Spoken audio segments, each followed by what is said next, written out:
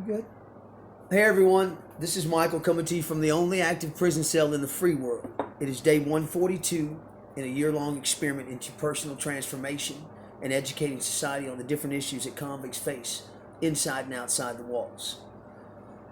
Okay, so we have had a fairly eventful day. Done a lot of advocating, done a lot of different type of work in the prison industry. Hey Patty, hey Prima, I love you so much. I miss you so much. Hey Mary Adams. Okay, so I went to parole this morning in a monkey suit. Not everybody agreed with it, and that's okay. That's okay. I mean, it's just I'm just expressing myself and overcoming some fears and stuff like that. So, well, that's cool. Uh, Someone said I had them laughing earlier. So, anyway, yeah. So, it was liberating and it was good for me. So, anyway, we're gonna wait on everybody to get on, and we're gonna play a little bit of music real quick, just for the ladies. Here we go.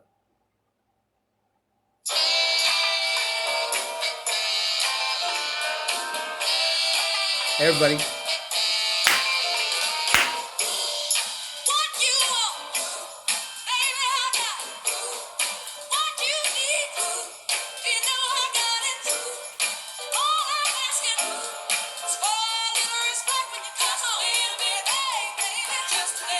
What's up, y'all? Hey, Angie, Tracy.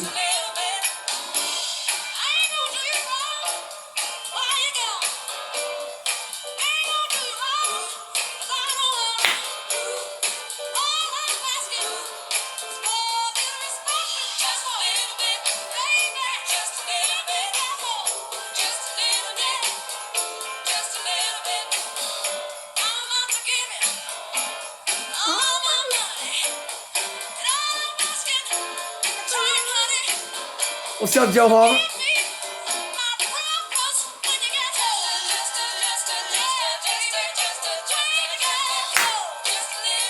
Anyway, y'all, this is Cell Life. We got a good show planned for y'all today. Of course, y'all know I've lived on music for the last 35 years, and I continue to live off music. It is my go-to good place. And so, anyway, let's see. We have another letter from an offender, from a prisoner who is incarcerated right now. It's actually a second letter. It's from Patrick, Angie's son, Patrick Corley.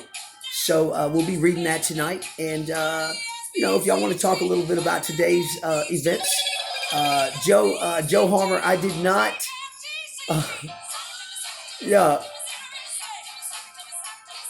No, look, I didn't go to the to parole in a chicken suit, Joe, but I did go in a monkey suit. I don't know if you saw it today or not, but check it out, little brother. It's good to see you on, man. I wish I could work more with you, Joe. I'm very busy, bro, and I know that you are, and you're doing great things in California, man, and all over the country, man. I really, I want to encourage you to continue to do that. Really appreciate you. But like I said, we're gonna listen to one more little jam, then we're gonna get into the program. Everybody's getting on. How's everybody doing tonight? Oh, you did? Good. Thank you, Joe. I didn't know if you'd seen it or not.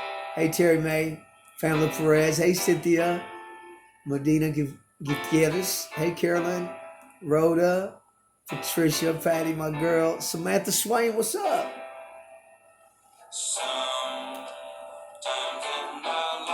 Samantha Swain in the house, y'all. She's old school cell life. That's old school cell life. Got a bunch of them on tonight. Mary Adams, my girl, out of West Texas. Monroe. Lean on me when you're not strong, and I'll be your friend. I'll help you carry on. It won't be long I'm gonna need somebody to lean on.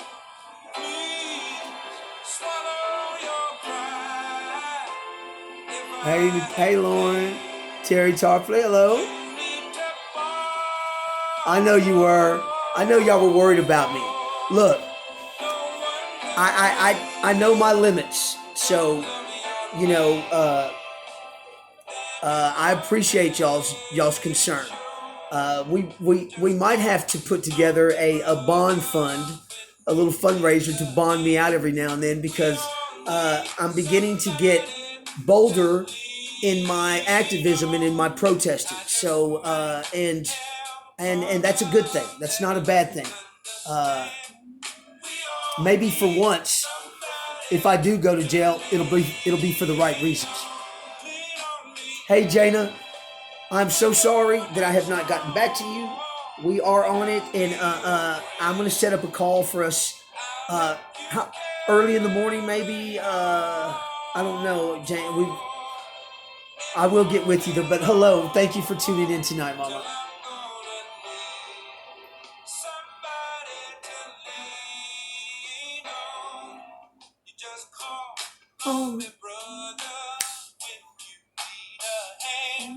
We all need somebody to lean on.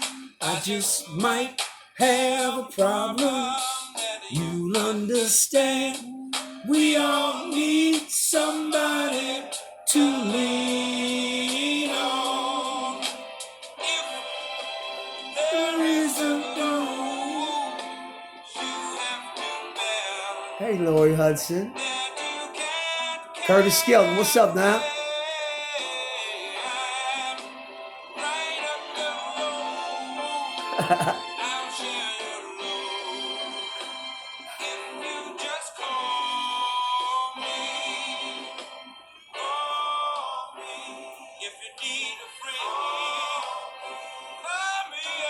Good. Tell her good. That's a beautiful song. Tell her we said hello, Joe.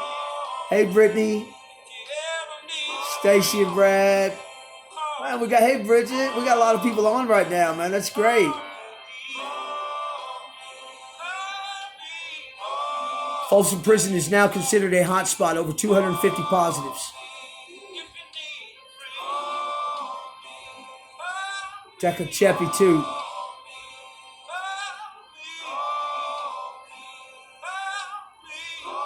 Man, we got, hey, Lisa Marie, Fitz Smith. All right, okay. So we've gone through this. Hey, Sandra Evans. Man, we got, hey, Anna. What's going on, Anna Anderson? It's good to see you, man. I haven't heard much from you, and I'm sorry I haven't reached out. I hope everything's okay the last time we talked. So anyway, we're going to go ahead and get into this letter that we have from a loved one, from Angie Glass Finnegan's son. This is his second letter that he has written to us, and he is spreading the word on the McConnell unit, and we have received several letters from the McConnell unit in the last week, so because of Patrick. So we really appreciate what he's doing. Again, so the rally is on the 22nd, which is this weekend.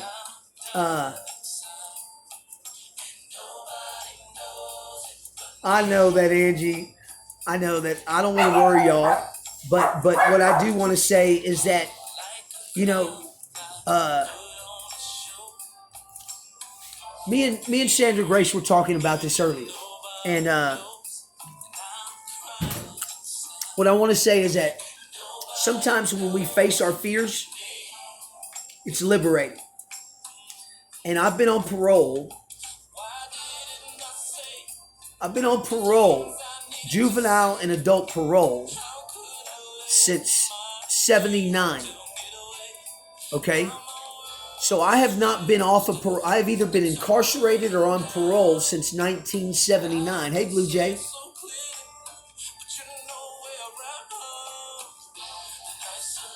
Thank you, Joe. We do. We need some help, y'all. We do. We have a YouTube channel. I don't talk about it a lot. We do need to pump up our YouTube channel. We're trying to get to a place. I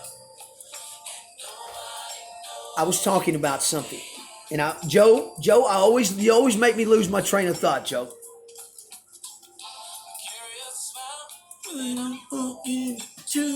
So we're gonna get into letters.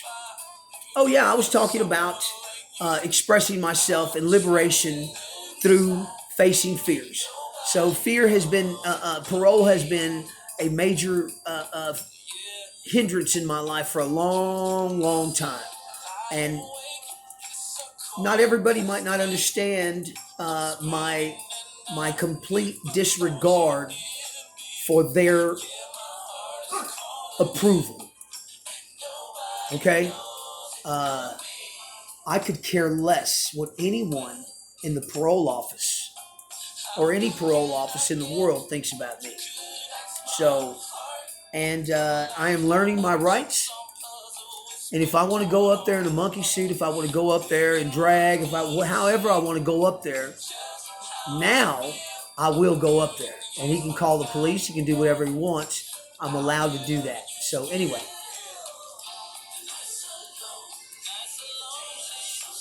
so just face y'all. This is about cell life, and the actual experiment is called cell. Okay, and it's an acronym for self-enforced limited living. It's what I have put upon myself, and it I'm transforming while I'm in here. So this is part of it. Me facing fears and and stuff like that. You know what I'm saying? And hey, Barbara and Jessica, how y'all doing? Terry, hey, Michael, what's going on, Michael? Y'all vote? Almost missed you, Jessica. So that's just what it is for me. Let me turn this around, y'all. Sorry. So you just part of what I'm going through, man. But you know what? I did not feel bad about what happened today when I found out that he actually violated my constitutional rights. When I did look it up, I wanted to make sure. Well, I called him back and I let him know that the next time he does that, I will file a lawsuit on him or whatever. But I also, I want to do a protest at that parole office. So anyone in the Houston area or the Galveston area, I want to send a call to protest maybe next week sometime at the. Oh no, I can't do it next week. Maybe in a couple of weeks here at the parole office in off of Atwater, and there's a prison right down the street too, and it's a women's prison where there's been a huge breakout of COVID. So and it's a medical unit. It's called the Carol Vance, or oh no, it's called the Carol Young unit. So it is a hospice facility where it's not hospice, but they get people better after surgery and stuff like that. So okay, so we're gonna get into Patrick's letter because I can go on and on about sometimes nothing, but let's see. Okay.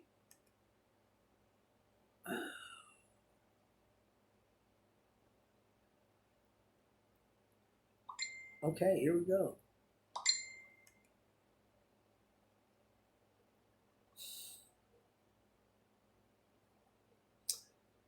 Okay, so Rachel, my sister sent me this letter. She received it from Patrick, and Rachel wrote Patrick back. I have not, and I feel very bad about that.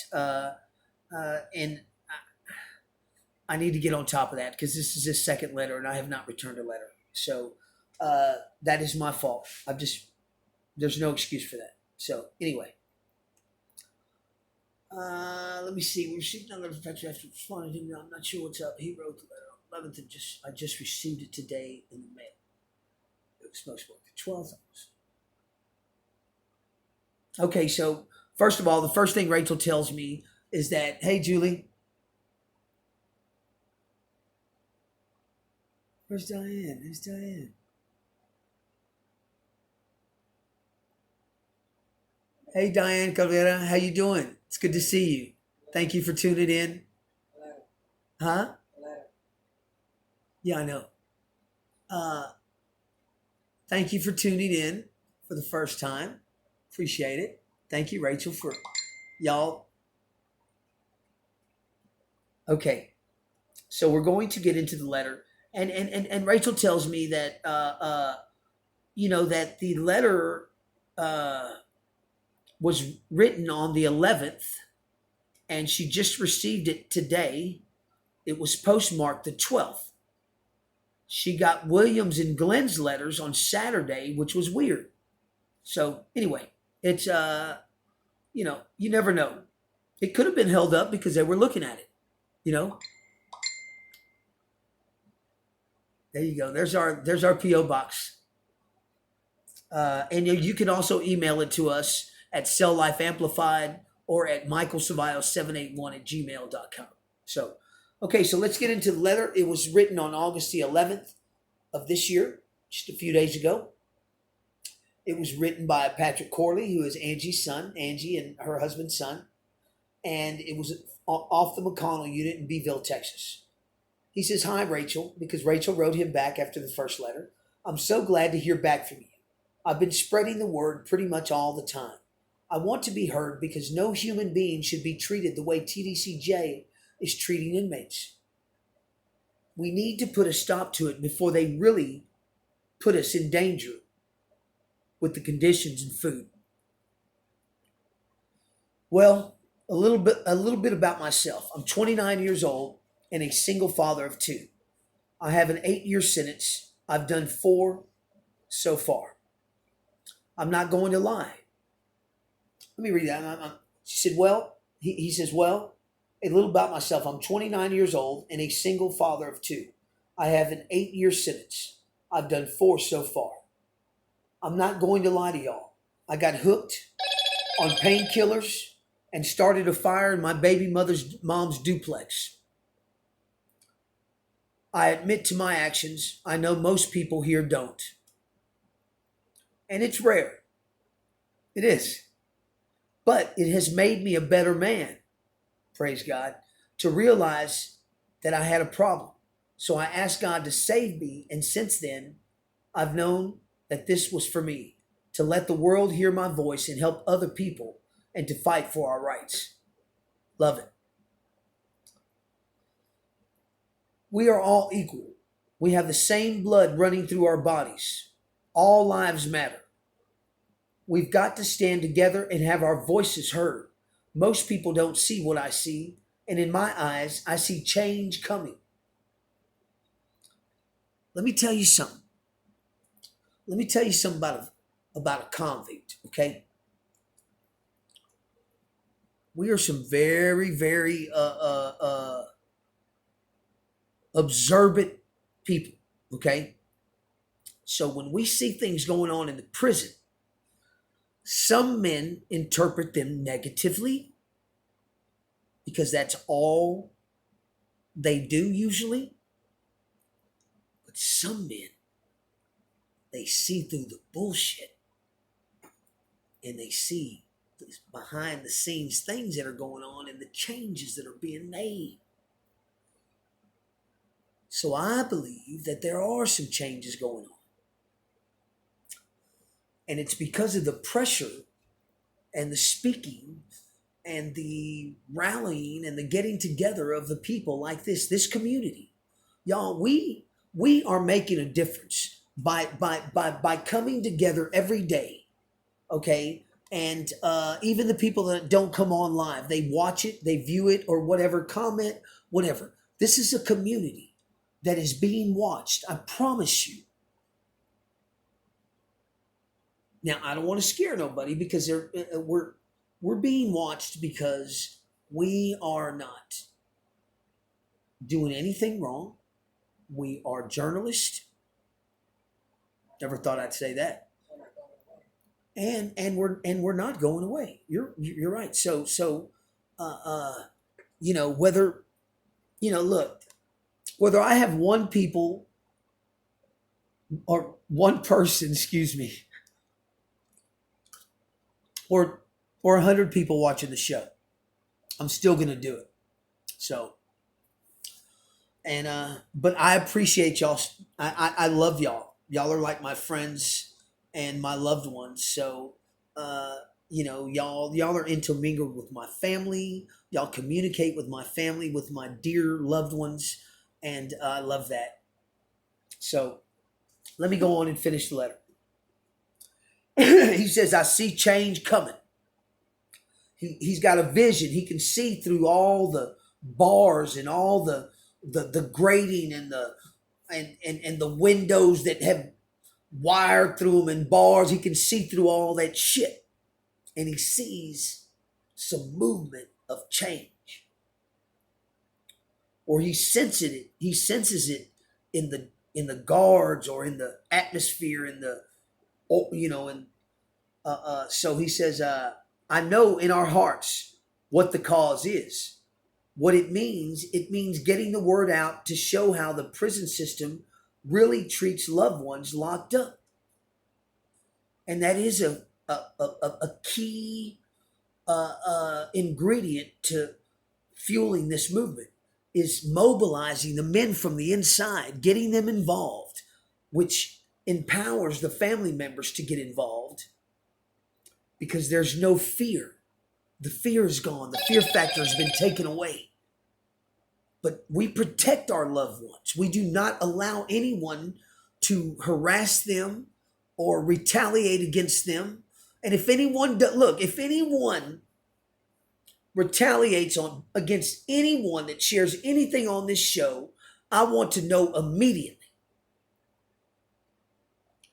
because we will fix that and that will never happen again to that person. And then if it happens again, we'll move to the next person. It is against the law to retaliate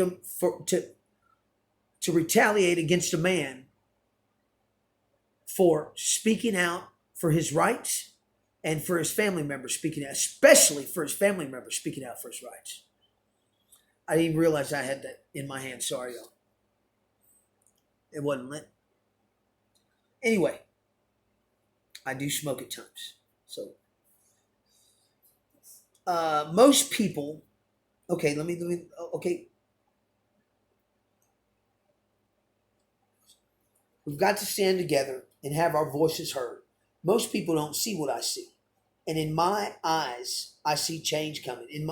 I know in our hearts what the cause is, what it means. It means getting the word out to show how the prison system really treats loved ones locked up. Oh, and yes, Greg Abbott has to go.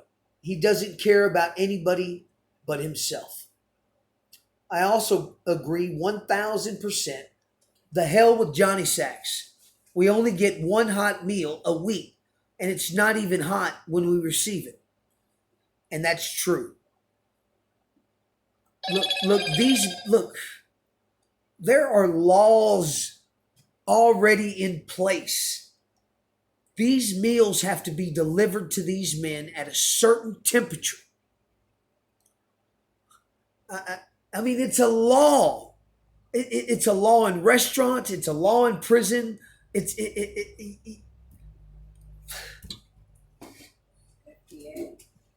Yeah. This is set down by the FDA, health, all this stuff. When it's not done right, bacteria, all types of things begin to ferment in this shit, and you get sick. Hey, Melissa, how you doing? Thanks for tuning in. I sent you a question earlier. If you could private message me, I would appreciate it.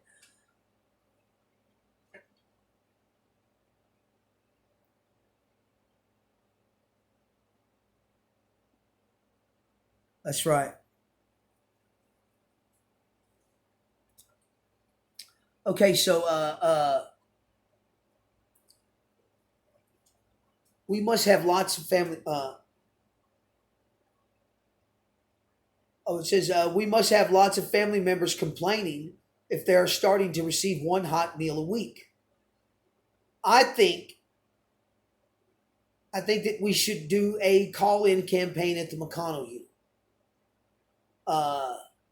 We need to do a call-in campaign at the McConnell unit, and find out what's going on with their food.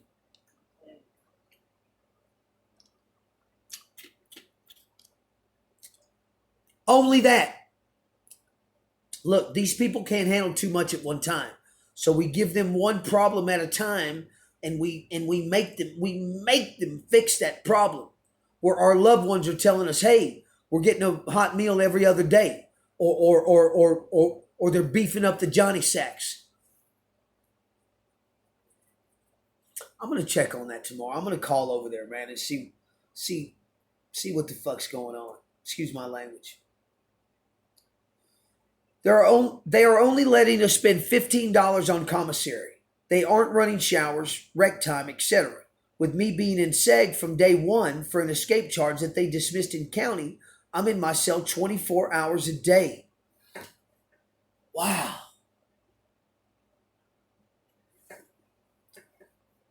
It's a lot, y'all.